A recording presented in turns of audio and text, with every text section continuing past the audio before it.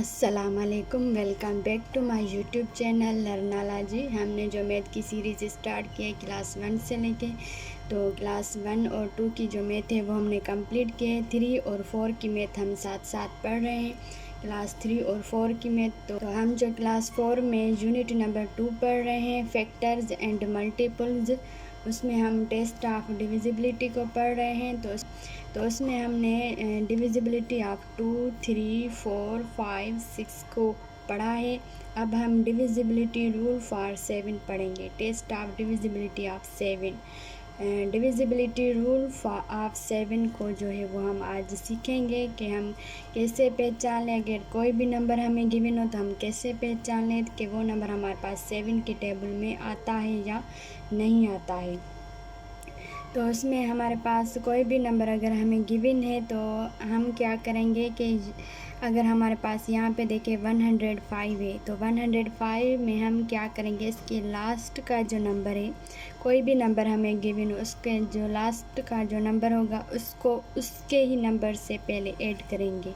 कैसे, यहाँ पे देखें तो 105 है, तो हम क्या करेंगे कि 5 को प्लस करेंगे 5 के साथ, इसको इसके ही नंबर के साथ हम प्लस कर देंगे। तो ये हमारे पास हो जाएगा 10 + 10। 5 में 5 ऐड करेंगे तो वो हमारे पास 10 + 10 हो जाएगा। अब हमें क्या करना है कि हमें इन दो नंबर्स को आपस में सब्ट्रैक्ट कर देना है, और हमारे पास जो आंसर आएगा वो हम देखेंगे कि वो 7 की टेबल में आता है या नहीं आता है। यहाँ पे देखें तो 10 माइनस सब्ट्रैक्ट 10, 10 से 10 को सब्ट्रैक्ट कर देंगे तो हमारे पास आंसर 0 आ जाएगा, और 0 हमारे पास 7 की टेबल में आता है। जी हाँ, 7 0 टाइम्स 0 ही आता है हमारे पास। तो ये हमारे पास 7 की टेबल में पूरा नंबर डिवाइड हो जाएगा। ये नंबर पूरा हमारे पास 7 की टेबल में डिवाइड हो जाएगा।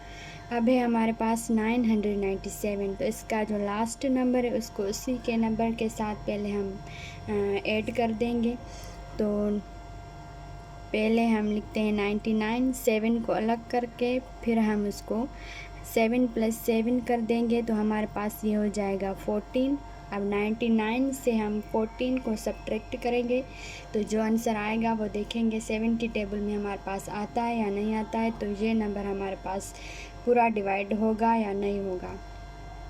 तो 99 से हम 14 को सब्ट्रैक्ट करेंगे, 9 से 4 को सब्ट्रैक्ट करेंगे तो 5 आंसर आएगा, 9 से 1 को सब्ट्रैक्ट करेंगे तो हमारे पास 8 आंसर आएगा। तो यहाँ पे हमारे पास जो आंसर आया वो आया 85। तो 7 की टेबल में 85 आता है। तो 85 जो है हमारे पास वो 7 की टेबल में नहीं आता है। यहाँ पे हमारे पास 85 आया, तो 85 जो है वो हमारे पास 7 की टेबल में नहीं आता है। तो इसको हम लिख देंगे कि ये हमारे पास नंबर 997 हमारे पास 7 की टेबल से पूरा डिवाइड नहीं होगा। तो कोई भी अगर आपको नंबर गिवन हो, उसके लास्ट का जो नंबर है उसको आपको उसके ही नंबर के साथ पहले ऐड कर देना है। फिर उसको आपने जो बाकी नंबर बचेंगे, जैसे कि यहाँ पे है 2091, तो 1 को आप 1 के ही साथ आप उसको ऐड कर देंगे तो 1 + 1 हमारे पास 2 हो जाएगा। तो यहाँ पे बाकी 209 बचा, तो 209 से फिर आप 2 को सब्ट्रैक्ट करेंगे। यहाँ पे देखें 2091 है, तो 209 को लिख देंगे, 1 को हम प्लस कर देंगे 1 के साथ, तो ये हमारे पास हो जाएगा 2। फिर हम 209 से 2 को सब्ट्रैक्ट करेंगे तो हमारे पास क्या आंसर आएगा, 207।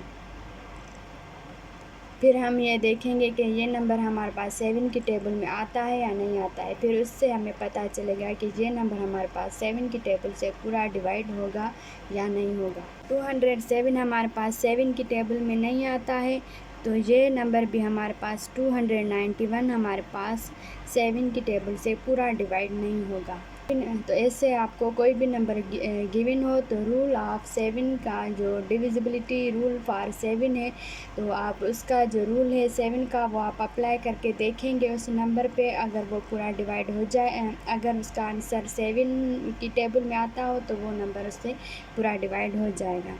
यहाँ पे देखें तो हमारे पास 0 है, 0 में 0 ही ऐड करेंगे तो हमारे पास 0 ही आएगा। फिर 273 से 0 को हम सब्ट्रैक्ट कर देंगे तो हमारे पास जो आंसर है वो आएगा 273। और ये नंबर हमारे पास 7 की टेबल में आता है या नहीं आता है, तो ये नंबर हमारे पास 7 की टेबल से पूरा डिवाइड हो जाता है।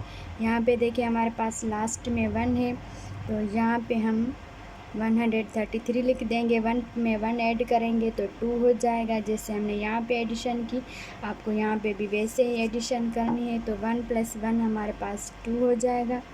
तो यहाँ पे हम -2 कर देंगे। फिर 133 से हम 2 को सब्ट्रैक्ट करेंगे। 3 से 2 कैंसिल, 1 बचेगा। 3 हम नीचे लिखेंगे और 1 जो है वो भी हम नीचे लिख देंगे। तो यहाँ पे हमारे पास आंसर आया 131। तो क्या ये नंबर हमारे पास 7 की टेबल से पूरा डिवाइड हो जाएगा? नहीं होगा, क्योंकि ये नंबर हमारे पास 7 की टेबल में नहीं आता। तो ये था हमारे पास डिविजिबिलिटी रूल फॉर 7। होप कि आपको अच्छे से ये कॉन्सेप्ट क्लियर हो गया होगा। अब है हमारे पास डिविजिबिलिटी रूल फॉर 8। अब 8 का जो रूल है वो हमें सीखना है। द नंबर, इसकी जो डेफिनेशन है वो है the number formed by last 3 digits is multiple of 8। अगर हमारे पास कोई भी नंबर गिवन हो, उसके लास्ट 3 डिजिट्स हम देखेंगे कि वो हमारे पास 8 की टेबल में आते हैं या नहीं आते। अगर वो 8 की टेबल में आएंगे तो वो हमारे पास नंबर डिविजिबिलिटी ऑफ 8 होगा। अगर वो 8 की टेबल में नहीं आएंगे तो वो हमारे पास 8 से पूरा नंबर डिवाइड नहीं होगा।